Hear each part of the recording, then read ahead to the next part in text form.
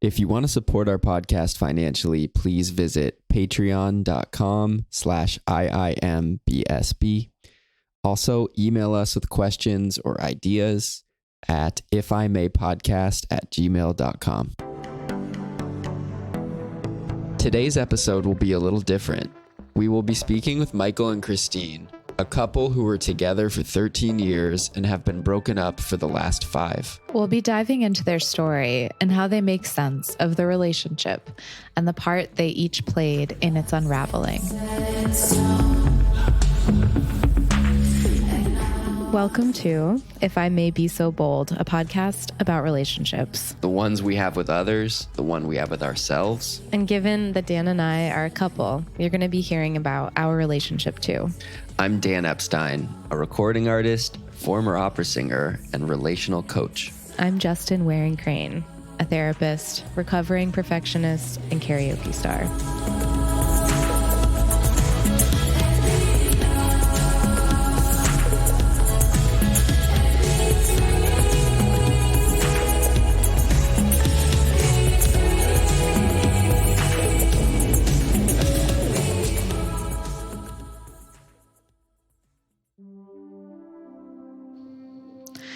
Christine and Michael met as the two sole writers working on a reality show called Family Forensics, one of those shows where they shine black lights all over the house to uncover like piss and jizz. They bonded over working on this horrible show together and started dating.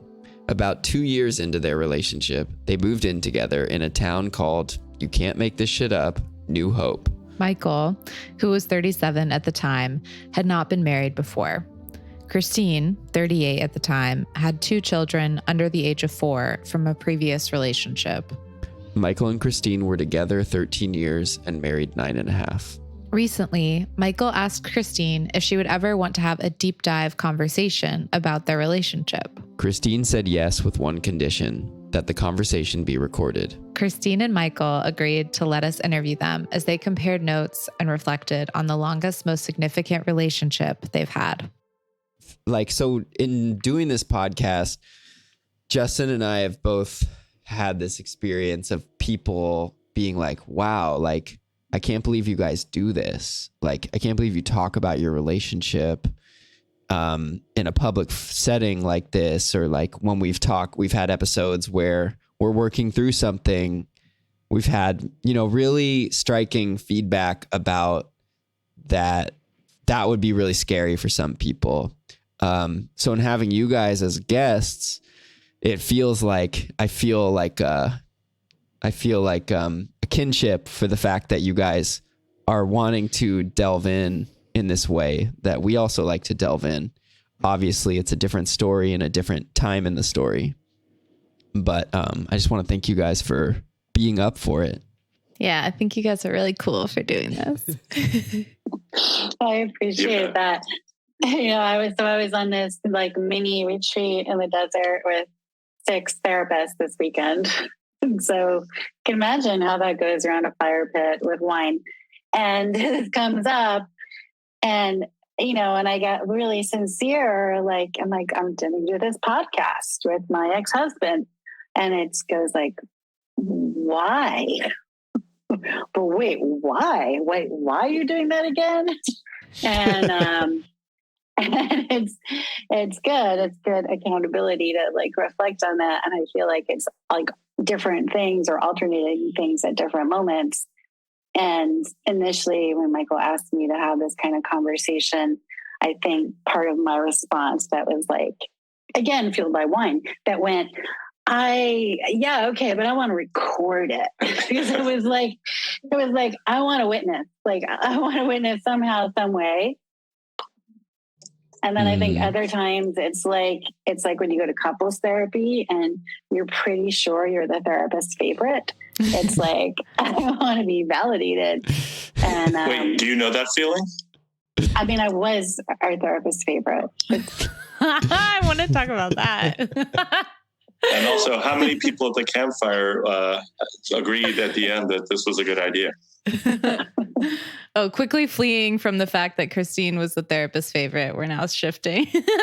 You know, they in the true therapist fashion, they were, you know, validating of me without commenting on the nature of the idea. So yeah, so that, and then also like there's the part that's probably, you know, the most significant part for like why this is worthwhile. But I will try to be like honest and say it's not the majority percentage that goes, how can like I learn about me? Like how can I grow from understanding what happened in our marriage? And then there's another little part, and that kind of like, that's why I'm a therapist, that goes, well, if I do this, maybe someone else will learn something that will help them. I'm like, look at you, beautiful young couple. So maybe this will help you not make mistakes we made. And their listeners. So, I love and that. your listeners, yes. Michael, where are you? Sorry, where am I? Emotionally. Yeah.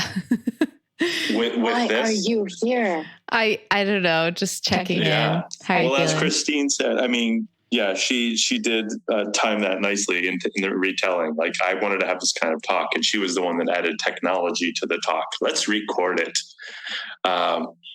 Because I did think that we could both benefit, and I didn't want to just rehash what you know, when things went off the rails or how they did. But to some degree, I just wanted, as I said to her before, and I think we said on the call, like we are still each other's most significant adult relationship, you know, for the length of time that we were together, and the amount of care and love that there was.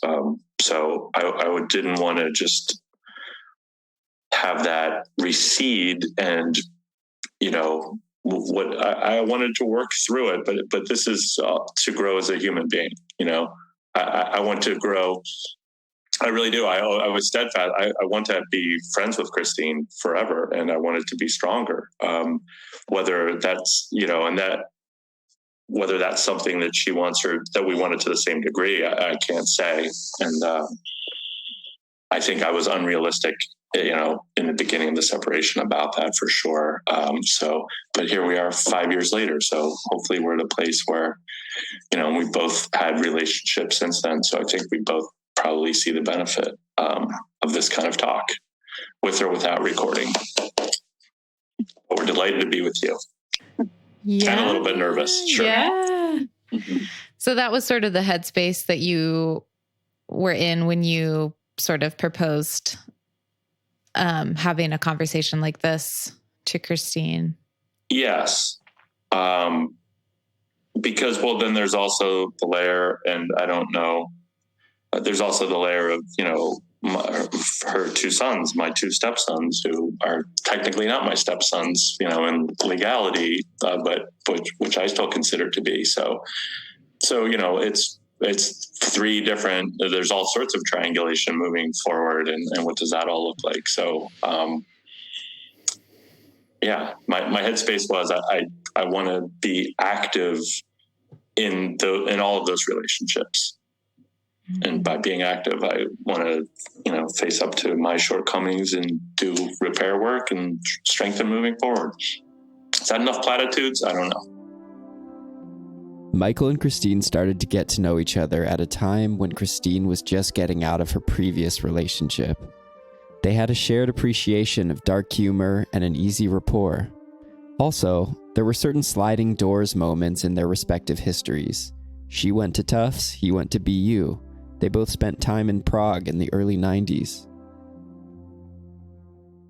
I guess if you go back in your memory of that, like, do you remember starting to get to know each other? Like, was this relationship, was this new partner like different from the type of people you had dated in the past, or had you tended to date certain types of people?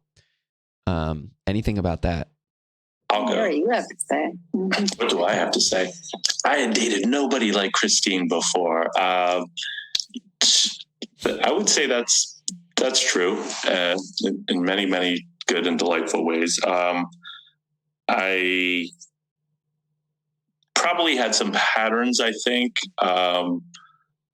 that I wasn't fully aware of. And then talking about relationships with her, I started to become aware of that. And what I liked is that she challenged me in ways, in good ways. And yet there were lots of similarities, but we sort of complemented each other very well. Mm-hmm. I don't know if that fully answered the question. Do you want to jump in on your types? Michael was not my type. And in fact, I remember the first day he walked in, you were late and shocker. Right. And kind of disorganized. He had a messenger bag that was flapping open. And you look, and he is a nice looking guy. And also I just was like, no, because he didn't have any of the clear badness on him. No, that was not my type. Wait, can you say more about that? He didn't have the clear badness on him. I really want to know. He seemed like a genuinely nice guy, maybe a little bit of a boyish man vibe. He kind of had this youthful quality. I think he didn't have the studied kind of cool that I would go for usually. A little more disheveled. More disheveled and brainy. Like tall Woody Allen without all the bad stuff we now know about Woody Allen, some of that vibe. Thanks. Absent-minded professor vibes. Yeah. So no, initially I didn't feel that at all. I felt like we could be friends, but I didn't feel that risk because I have a pretty good history of, this might be other questions, but I understand more about my own attachment style and my avoidance style, and kind of really looking for people who pretty clearly couldn't meet my needs or my, kind of pay attention to really see me or my emotional needs, because I just didn't expect that. And I thought I had to work harder. So really that's what it meant to be in a relationship. So it was different to allow it to happen. And then he kind of went from Woody Allen more to a John Cusack, and that was a lot better. then he got more attractive. So, okay, it's just for sense making. So Michael was kind of witnessing, your transition out of that relationship. And, there must have been an energy, a safe and connective thing going on. Yeah. So I think I could say it essentially so I was coming out of my first marriage with very young children and working crazy hours and trying to juggle and figure out how to manage my life. And Michael became a safe person to really be vulnerable with. Mm-hmm. And that was really new for me, a new feeling. Yeah, that sounds really powerful. A lot of safety for me to be that way. And that was some kind of country I hadn't visited before. More like John Cusack than Woody Allen, right? Yeah. Definitely. Yeah. Okay, good. But our references are too boomer. Yeah. No, it's good. We're too Gen X. We're too Gen X. That's right. Yeah, come on. I remember in high school, I had this teacher who would always talk about how attracted she was to John Cusack and say anything. And it was we're 15. My mom was always talking about John Cusack constantly. I am your mother. And you can hear Michael's voice on this interview right now. He's got this nice, deep, soothing voice. So I would always have these long phone calls, and he would just listen and just be there for me. Yeah. And what was that called? And so I called him the jazz DJ. That's funny. I like that. And Michael, had you been in long-term relationships before that? Yes, I had two Yeah, probably at least two fairly serious ones. One was a 3-year relationship, a little bit of on and off again. And I guess I was about 2 years out of that one, honestly, when we met. And I get the other separating factor that made this situation unique, obviously, was that Christine had the 2 young boys at the time. So that is something I had not experienced before. And that was a lot of fun, but it was, different, not difficult, but a curveball I hadn't planned for in life, but it was delightful. Yeah. What was that like going into that relationship with Christine, and also then knowing it's a package deal, getting these 2 really young kids? Right. It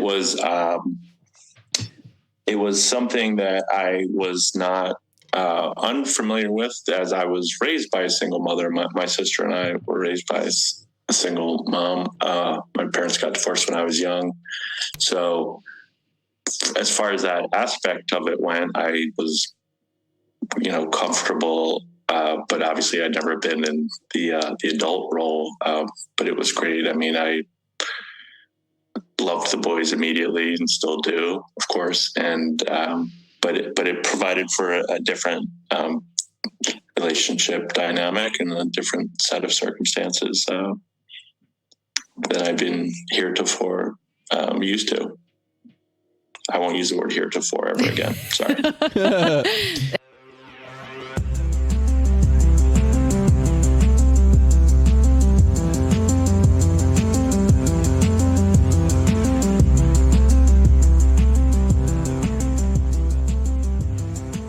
I imagine that's a big decision, right? To introduce the boys to like a new partner.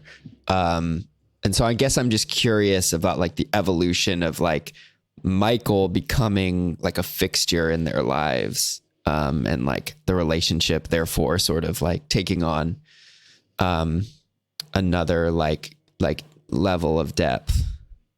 Yeah, I think once it turned into a romantic relationship, I got very serious very quickly, and it felt secure. And Michael, it didn't take too long. I know I think that first Christmas that we were together, I had Michael over with his mom and his sister.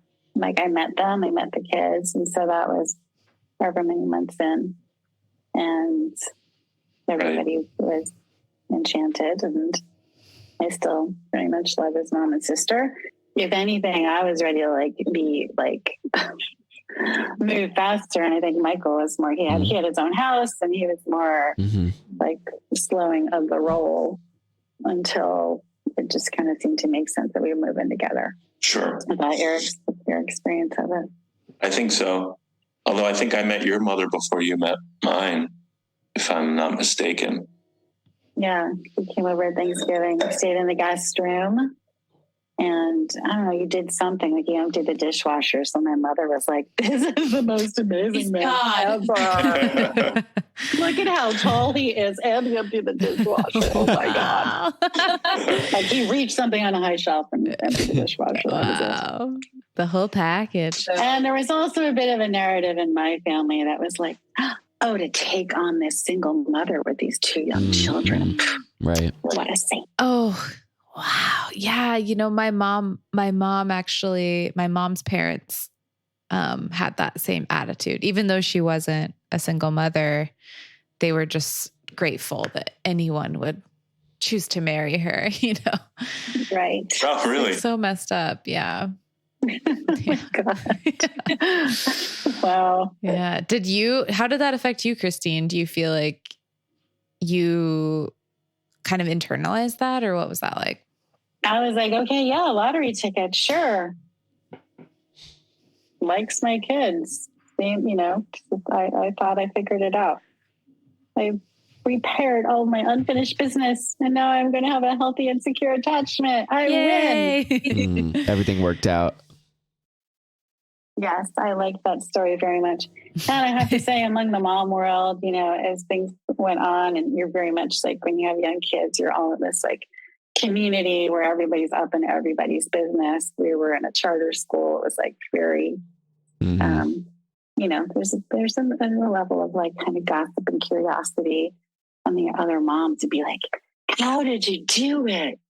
You didn't have to be single and struggle for years. You found somebody with these young kids. So I kind of felt pretty proud of myself. Yeah. Wasn't that validating to have like these other people who are your like similar, like your peers be like, you won. Yeah. And Michael brought the kids to school and he participated. He was very much in that world at that time.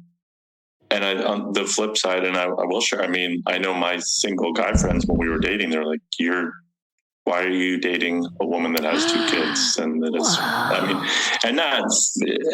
not full of judgment, but certainly a degree of that. Yeah. Mm-hmm. And I think that is perhaps why I went a little slow, or it's interesting to hear Christine say that I was the one that slowed that down in the beginning. I'm not recalling completely differently, but as we're talking about memory, I mean, I think we didn't want to rush headlong into moving in together. Yeah. So was that impactful, Michael, when your guy friends would come with that energy towards you? No, I don't think it was. I think it helped me in any way. Perhaps what it did is made me take what I was doing that much more seriously and be more, not measured, but be more, be more in the moment and be more in the moment, but also really think about the impact that it had, for not myself, but for Christine and for the boys. Although Michael had been in a few relationships, each lasting a handful of years, dating someone with kids was a new experience for him. They describe a family story early on in their time together. It was the first time that we went to visit Michael. I brought the boys over his house. And one was like, can I hold your trumpet? And Michael was like, sure, little boy. And then it was like, clatter, clatter, clack. Oh, no. But it was a test because, he still accepted us after that. So that's right.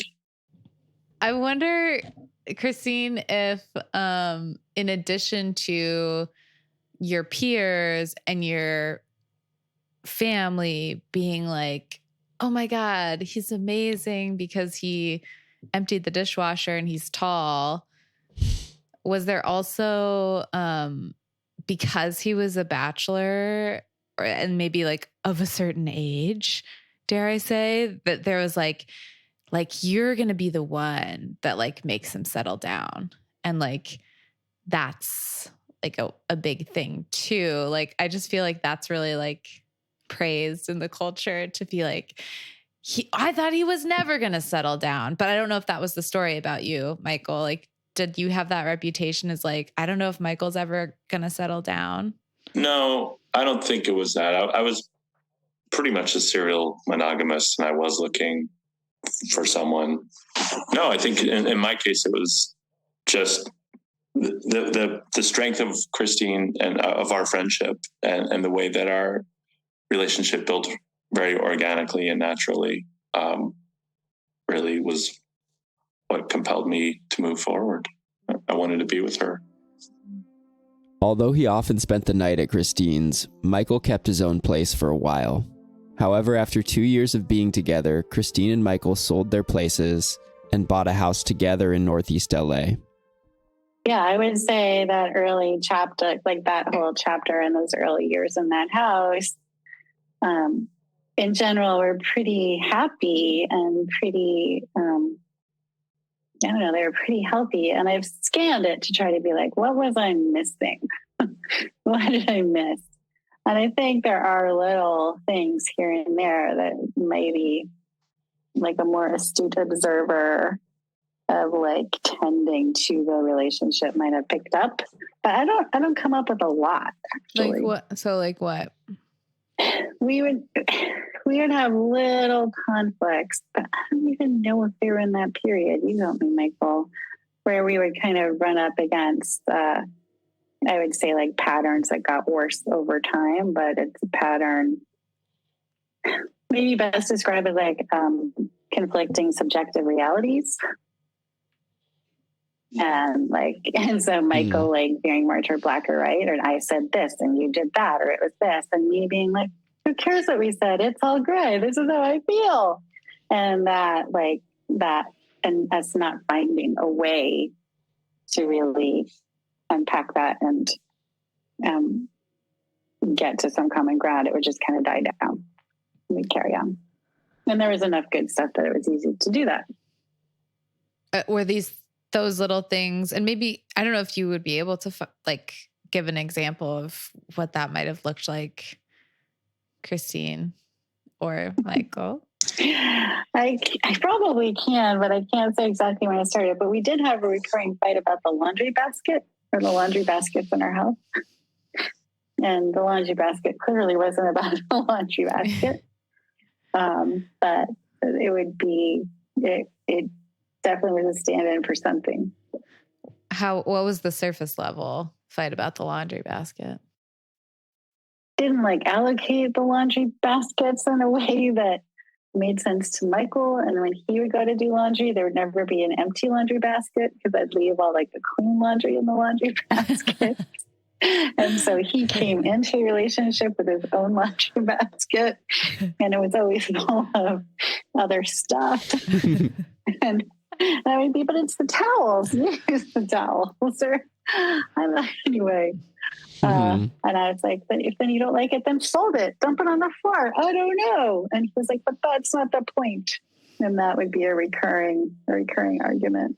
That is a true recollection that Christine has, it wasn't about the laundry basket. I mean, I would definitely say I was somebody that was used to living on my own for my pretty much entire adult life. So it was definitely part of that. And then I would submit that some of it was not the laundry basket itself, but what I mean, and I would like to point out at this time that we had many happy and good years together, as Christine has said as well. And like, it's not like things started derailing right away, but there were things that we could have and should have addressed, and just in communication style. And I definitely think part of mine was not being able to express myself in terms of a family unit that, I basically got instant family. I went from one man and two cats to one man, one woman, two boys and two cats. And it was a lot. Three. Oh, that's right. Yeah, that is right. Poor Henry. Let's pour one out for Henry. So in terms of communicating about our emotions and our needs, I wasn't where I should have been, and I'm still evolving in that way. So I would tend to internalize. I was conflict avoidant for sure. So I would get irked about little things in the house, and rather than just rationally talking about them, I would let them fester. And I am sorry. Mm-hmm. So in that dynamic, Christine, did you find yourself having to be the one to make that communication happen, or was the communication not happening? I didn't really know how to make the communication happen. And my own, we both have like a conflict avoidance part to us. But I will tend to get more upset or maybe go into like more of a collapse than Michael would withdraw. And that's how it would like play out. And I think I really aspired to have a relationship that was based on respect, like respectful communication, and not full of volatility. I'd had that kind of relationship in the past. I'd witnessed that growing up. And so I kind of like had that goal and that aspiration, but I didn't really know how to like share hard things respectfully. I could share like, what do you want for dinner respectfully? But like when it was deep stuff or things that were about like asserting my needs. I just didn't know how to do it. So I just wouldn't do it. And that's on me. And that combo of, I think that's what built over time between us for sure. Yeah. Right. Yeah. Just not addressing. And so I just kind of spiraled and went I internalized too, but I kind of internalized like feeling, eventually kind of feeling like abandoned. So these seeds are kind of being sown of some sort of not finding each other. But like in general, in terms of the story of the relationship, like in your own sense making in this period, was it like, were you feeling like, oh, this relationship is, very successful? Or was it kind of like up and down, or what can you say about that? Right. Yeah, no, I think we definitely thought it was successful. I mean, we were happy. We were supporting each other. I think even with some of the conflict avoidance we just talked about, we're still like good friends to each other, kind of supportive of each other's external lives for the most part. And happy to be with each other. That's how I felt for years. Yeah, probably 2/3, maybe of the time we were married even.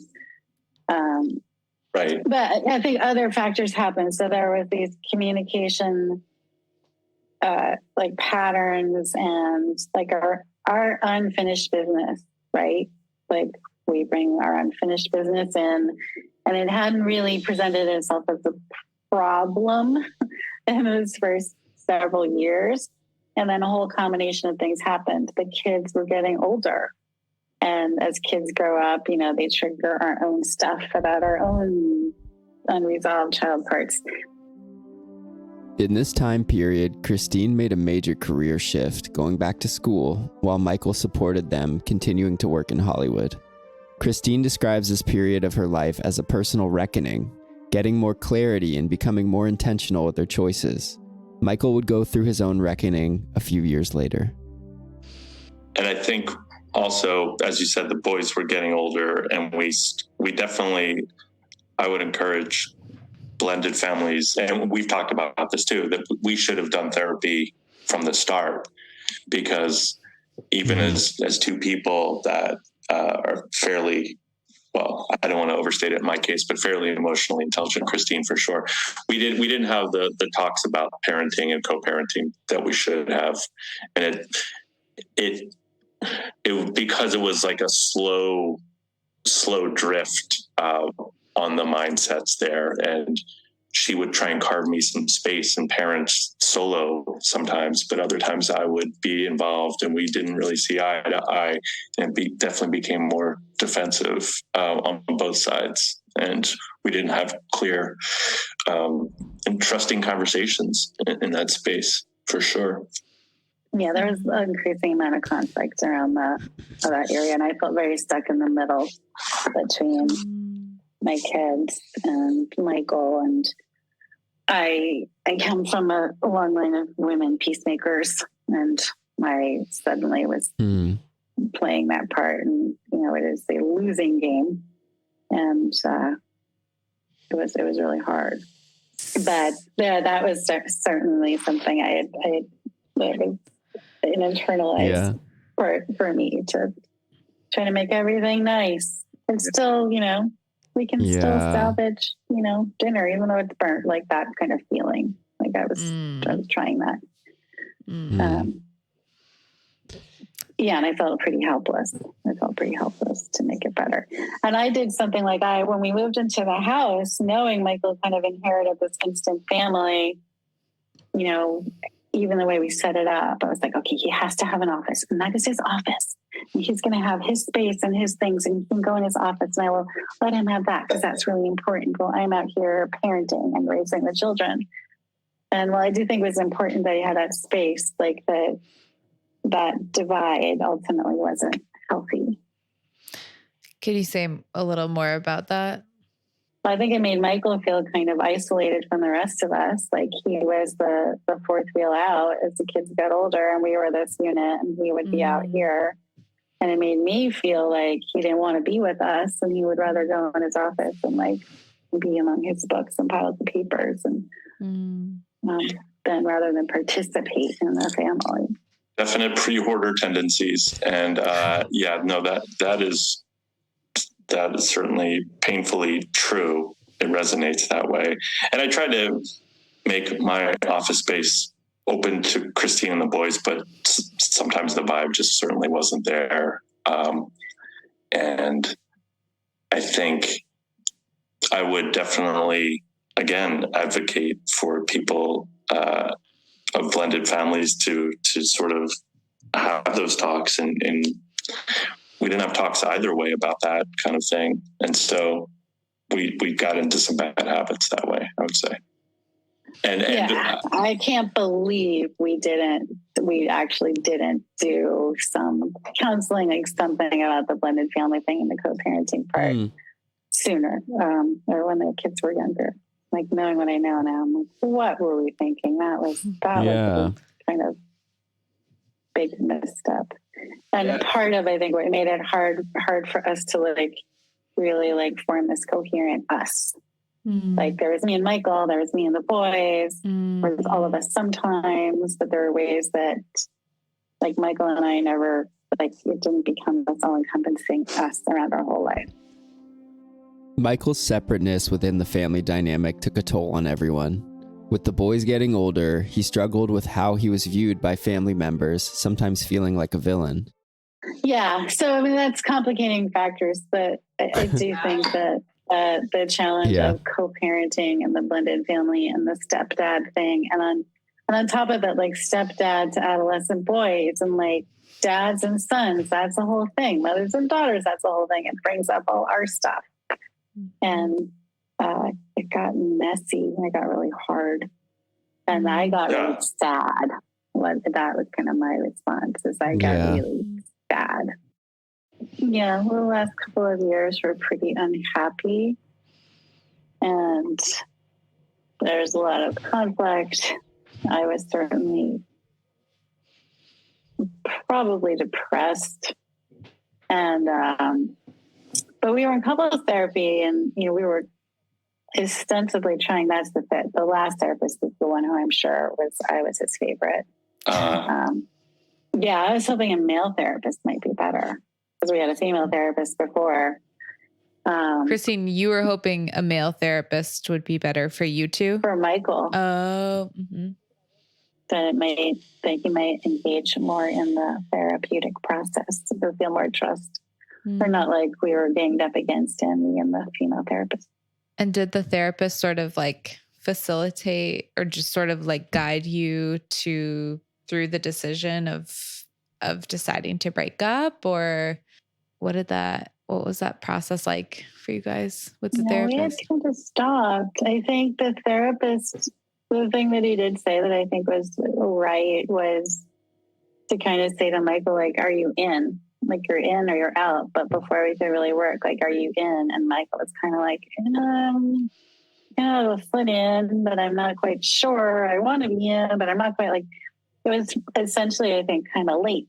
We were kind of maybe too late, but Michael wasn't ready to say too late. And we kind of stayed in this place for a while, and then that was rough. That was rough. That was a rough year, or whatever it was. Yes. And we had two separate couples therapists over the past over the last 2.5 years or whatever. And I also, for the first time, was going to therapy on my own. So it definitely very much was a combo platter. And I was trying to understand if I was unhappy with myself mostly, or unhappy with the family situation. And that was very difficult to sort through for me. And was that something that you were being vocal about in some way all along, or was there a moment when you sort of expressed your dissatisfaction or questioning of whether things were working? No, I think it was a case of slowly becoming more frustrated with my own life as a person in the world, as like what I've told people. Christine and I were in couples therapy, and I distinctly remember sitting on the couch, and I had a great epiphany, which was I have to get my master's degree. Like, I know that I love kids and I want to teach, and that hit me, because it's not that I was avoiding doing the work about us, although I definitely didn't work as hard as I should have, and I wasn't as honest as I should have been, because to Christine's point, I think we may have just been a little too late. I felt like I would just be hurtful in the space that I was in. I didn't feel very fulfilled, personally, professionally, family, all those things. And I had this grad school revelation. And I think on some level I was probably resentful. Like, I helped her, and she got her master's in social work and became a therapist. And I was so happy to be able to, as a partner who loved her and seeing her path, help her do that. And I felt on some level resentful, even though I hadn't expressed any desire. Like, I was mad at her for not finding my own path, and clearly that was on me. Mm-hmm. But it sort of festered in wrong ways. Totally. Thanks for saying it that way. I never heard it that way exactly. Thanks. I never said it that way before, but yeah, I'm sorry.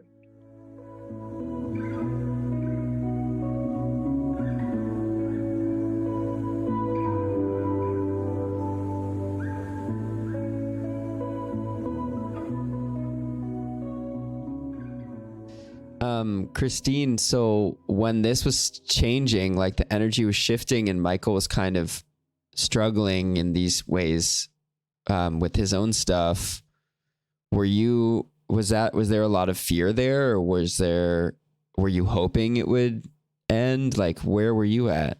So I think I really cycled between like fear and disbelief and denial and compartmentalization. Like, I just was like, jujitsu knives, like chopping it up all the time. And because I really couldn't believe it, because in my narrative, I'm stubborn, and I held to this story. Like, we were good. I believed in our origin story, and I didn't believe it could change. I couldn't really believe Michael's feelings would change about me.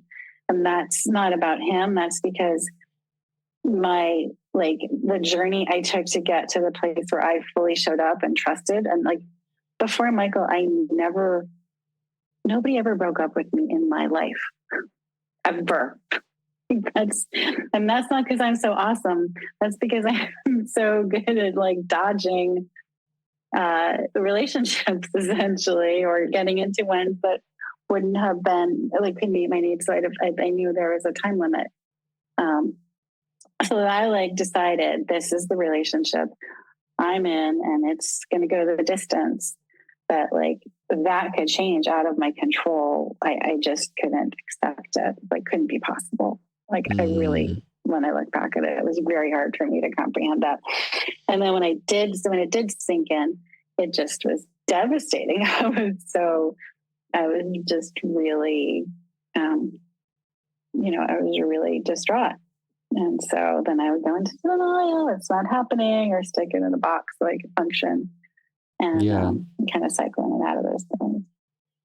But I still had trouble kind of confronting it with Michael. I mean, eventually it came out, and then that's where there was a lot of confrontation, I would say, about a lot of it, but it wasn't particularly productive. Yeah. The confrontation wasn't productive. It was too damaged at that point, I think. And maybe we could have, sure, if we would have done the work earlier, but more honest earlier, or confronted the roots of some of the problems. I think that's another big thing I've learned. Yeah. Yeah. So then I think then, and we were having this conversation 5 years later, because probably for at least a good 2 years, I leaned into being pretty indignant. Like I was pretty self-righteous, and there, there's some maybe feel for that, but I was just so dumbstruck. Like I was just like, and the kids were at a tough age. The kids were going in the 9th grade and 12th grade. And Michael was out, and the disbelief kind of continued even after he left. Like, this is really happening. But it just, and then it was just kind of survival mode for a long time. And I stayed med for a pretty long time. I mean, I moved 1.5 miles away with your help, and I was doing school pickups, and then later at your request, school drop-offs, because my head was so far up myself that I didn't realize how in need of that you were. So you had to ask for that. But I was still trying to have a sense of normalcy with the boys, which was not super effective. No, it wasn't. It wasn't a normalcy. And I desperately needed help, but I was pissed. So I was like, I'm not going to ask for help. Like I spent a couple of months of dropping off both kids at different schools in different directions, like an hour and a half round trip some days, like they were always late too, because I just didn't want to ask them because I was mad. Right.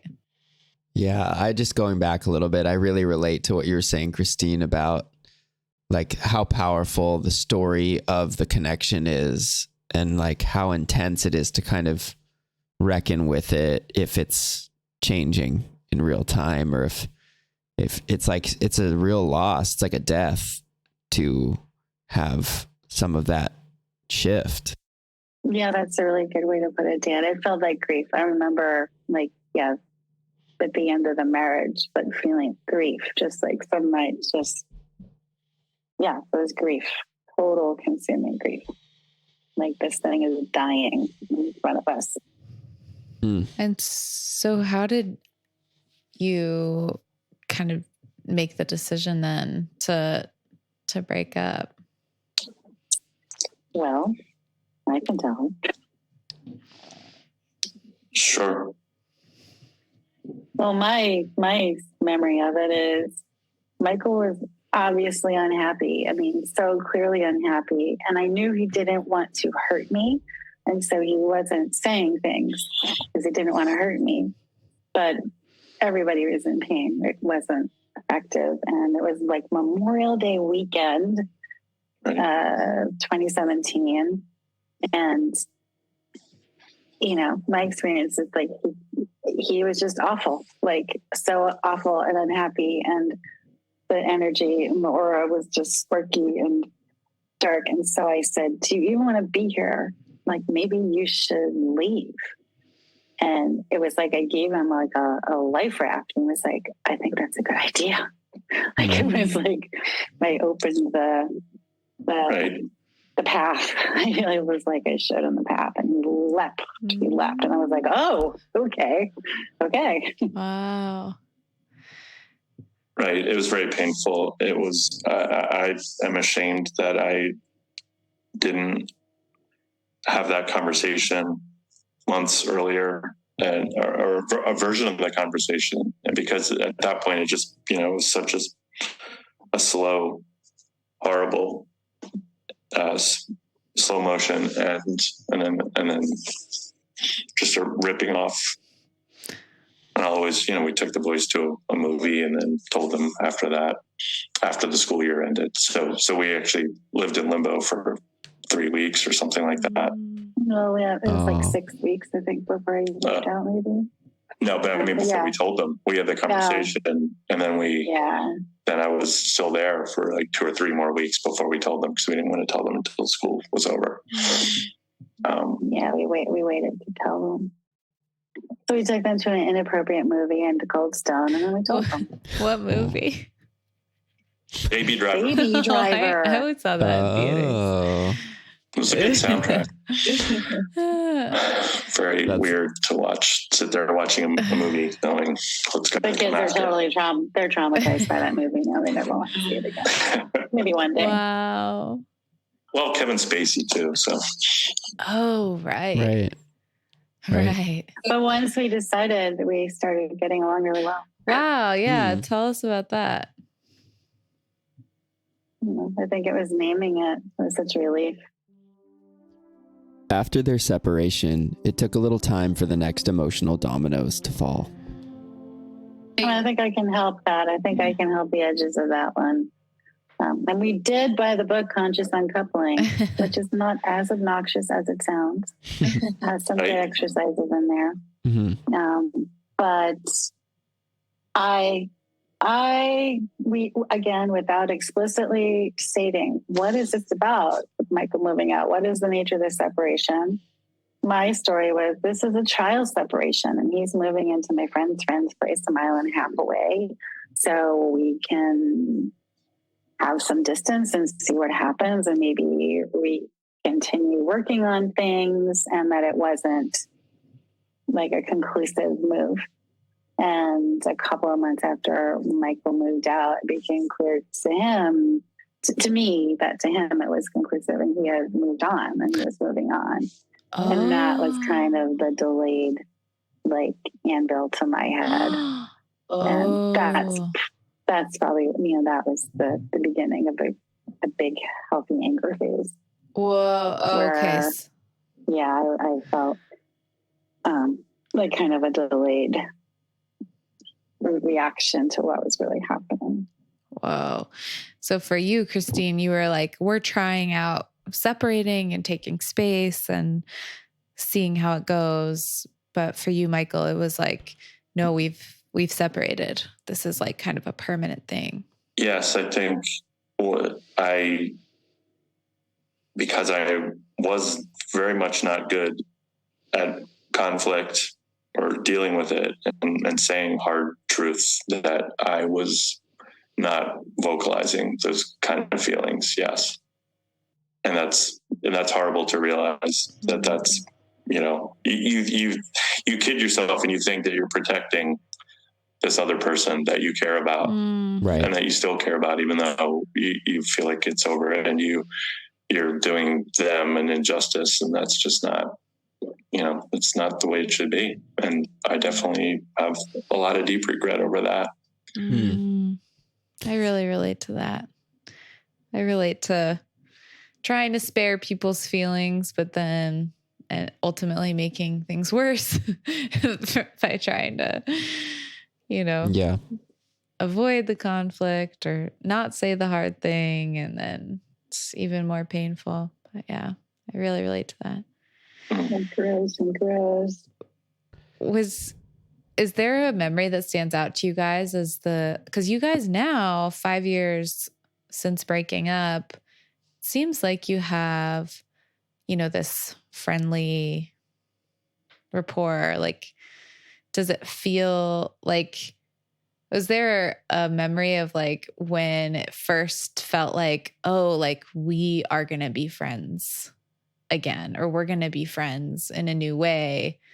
Like, did you guys like have coffee or like dinner? Or, like, what was the first sort of moment where you were like, we could have like a good relationship still?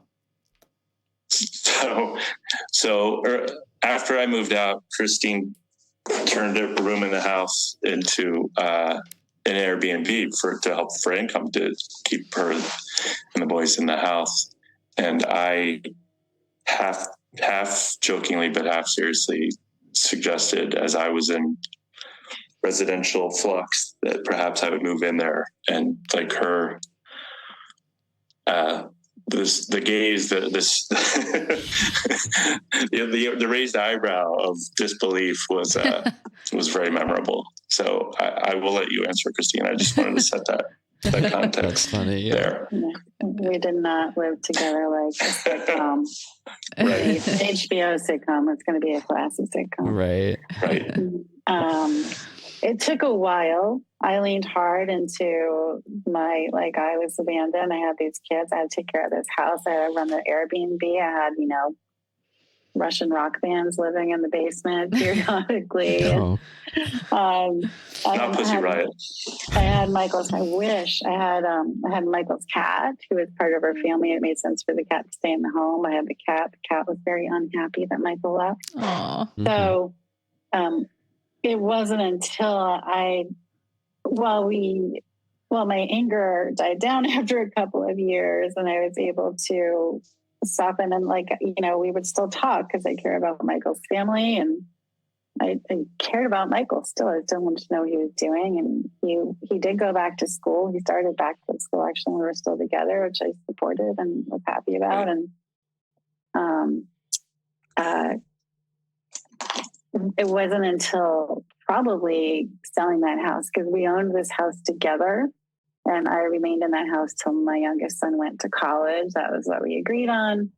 And it was a lot to take care of. And it was an easy, resentment sparker for me to be like, if Michael wouldn't leave, I wouldn't be having to figure out how to cut this tree down by myself, Mm-hmm. or, and that kind of stuff. So there was something wrapped up in that was the home we bought and shared together. And we being relieved of that, when we sold it last year, was a big shift. Well, I think we were friendly before. We were kind of collaborated through the whole process of selling it. And that was a big thing for me. So I felt like now we're finally, we are separated. We are disentangled from that last remnant of our past relationship. And so now whatever relationship we have can be from a blank slate. And I'd say that reminds me, I have some mail for you. I have some mail with your name on it. Sorry. In the past year, we've been friendlier. That probably have been since we separated. And we had a dinner back in the spring to kind of celebrate selling the house. We did. And that is when this whole idea came up. That's true. Mm-hmm.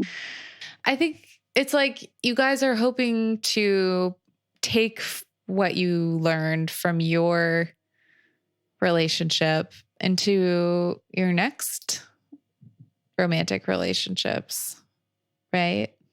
So I know we've already touched on some of this, go to therapy sooner, or,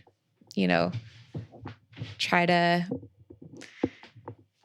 communicate about things. But I guess if there's one thing that you learned from your relationship with each other that you're going to take as you move into your next significant relationship, how would you guys sum that up? I think I self-diagnosed myself as a pleaser long ago. As a child of a single mom, and I was the eldest child, and I just tried to go along to get along in a lot of ways and just try and keep a lower profile. So I think what I learned, and we talked. Christine said we bought Conscious Uncoupling, the book, as we got along, and there's a great pull quote in there from a female a biologist. Doesn't matter her gender, does it? No. There's a great pull quote in the book, and Conscious Uncoupling from I don't think it's Margaret Mead. It's somebody like Margaret Mead. She said, "I've had 3 marriages, and I consider them all to be successful." And that's definitely something I very much consider to be true in this case for me, with Christine and myself. What the painful part is that I learned that because I was a pleaser and I tried to avoid conflict, when things started to go awry, whether it was parenting or with how we were interacting with each other, I wouldn't raise flags about it and wouldn't have a healthy conversation about it with her. Instead, I just sort of internalized them, and I think she would acknowledge that she sort of did some of the same thing. We sort of retreat to our corners, and then we got along well in many other ways. So we kept plowing forward, and we were still, to our eyes, happier than other couples we saw. I would say we were married 9 years, and the last couple of years were rough, but even 6 and 7 years in, do that thing where you're talking after a party and you go, how is that couple still together? What, you'd see, we never presented poorly, and, maybe until the very end, but like, because we genuinely, like each other, think we're funny, smart, care about the other person's opinion and feelings. So my big takeaway is that I need to stand up, and not stand up for myself, but stand up and stand. That's probably not the best word choice. Is what I need to learn is that just because I have a minor issue with my partner, that doesn't mean that it is going to become a major issue. And I think that's what we let happen, and that's something I regret. If we turn back the clock, which we can't, then so maybe we would not be on your podcast today. Yeah, I really relate to that. It really has taken me a long time to learn to like just allow myself to be known, even in a dysregulated state. It takes a lot to get to that place, I found. Yeah, Dan's been working to try to be less people pleasing. I mean, me too, definitely, but it's hard. It's hard because it works really well in certain ways for a long time. Yeah, can get you a lot of places. Yeah. Yeah, I very much relate to that and what you said, Dan, too. And I think I just didn't. I think I learned to slow down. And I have changed a lot, and I've grown in a lot of ways and have a lot of like tools and ways of looking at things I didn't have through a good part of our marriage. So I would slow it down and really look at and try to like do an inward, try to be introspective and understand what I'm really feeling, which is a habit I've, been trying to learn probably in the last 10 years, never having done it in my life. I went to a therapist, when I was going through my first divorce. I went to a therapist and she said, what are you feeling? Can you name your feelings? And I was like, what, huh? Wait, there's someone behind me? I don't, you're talking to me? Like, that just was not a language I had access to. And I can still struggle with it because it's pretty easy for me to go outward, and I've made a profession out of it. And so leaned into that capacity to kind of have empathy for other people. But so really trying to understand it. And I think making time and making space for like choosing to speak up, like choosing to bring up the hard things, like, and feeling safe that can actually like mold or help the relationship grow, that it's not a negative necessarily, that it can actually be for the benefit of the growth of the us, of the thing between. I'm trying, but I still have a pretty big guard. I'm pretty guarded. Gotta say, I'm pretty guarded, and I'm working on my guard. It's very hard to be known, like you said, to be known in its regulated state. I would say to be known, period. Yes. Mm-hmm. So we have one more question, which is about us. And we want to know like what advice you would give us, being that we've moved in together pretty recently and are, trying to do right by ourselves and each other amidst ups and downs of our own. And we definitely don't need any prompting to go to therapy, because I feel like we went to therapy after our first date because we're so obsessed with therapy. We're like, we should see a couples therapist. No, that's exaggerating, but I will say personally, that is why I'm here. I love you guys. I love that you. I remember before you did the podcast, getting dinner with Justin or something, and she's like, "So I went to therapy with Dan." I was like, "Wait, what? Did you just start dating?" Yeah, we're doing therapy now. God, you're amazing. How did you get so wise? How did you get so wise, young ones? So I love how intentional you've been, and and getting to hear it by listening to you, your process about moving in and how thoughtful you've been, and your real respect for having space, individual space, and and not having this idea like, well, now we have to be together all the time, and if we're not, there's something wrong with us. I think that's so wise. So my advice would probably be, like, as you move forward, and if you decide to start a family, that's going to be your whammy. Like, that's going to be your whole new like territory navigate, because of the way it changes the relationship. And really thinking about how you, and I might be overstepping, but really thinking about how you would want to co-parent and really truly doing it, I think can be an amazing thing when I see couples to do that. And I think it's a whole new way of growing your relationship. It's a little bit of like the experience that my son I had about, obviously different, and with stepchildren, and but we still we didn't like consider the concept really. What if we co-parented? Like what that might mean for us. Right. And I think it probably would have been more empowering for Michael, and that would have been a good thing. And it would have been maybe relieved me of some of the endless toil and, like overwhelming amount of work. So that would have been good for us too. And also talk about the laundry. I think you two should talk about pamper, laundry basket, cleaning screen. Okay. Make sure you have 2 laundry baskets, and don't share them ever. We don't.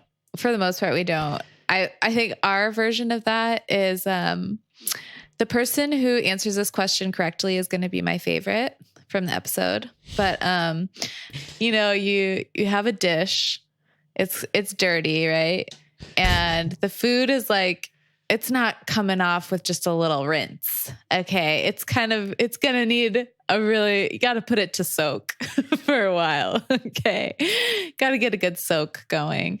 And you leave it to soak for a while, like maybe even overnight sometimes, maybe even for a couple weeks sometimes. That's totally normal and cool. Right? Christine, I am Justin's favorite. Did you 2 talk before we got on? I am a soaker. I'm a super soaker. This is a literal quote from Christine. Soaking is not a thing. So I'm the favorite after all this. This is great. That's so funny. That's so funny. It's so unexpected because you and Dan are both earth signs and me and Christine are both fire signs. And yeah, Dan is just like horrified by me soaking dishes as his little Virgo heart is like going into like cardiac arrest. So yeah, soaking is cop out. It's very effective. It's very effective. Yeah, nothing else will do to get the crust off. Cool. Thank you so much. So much.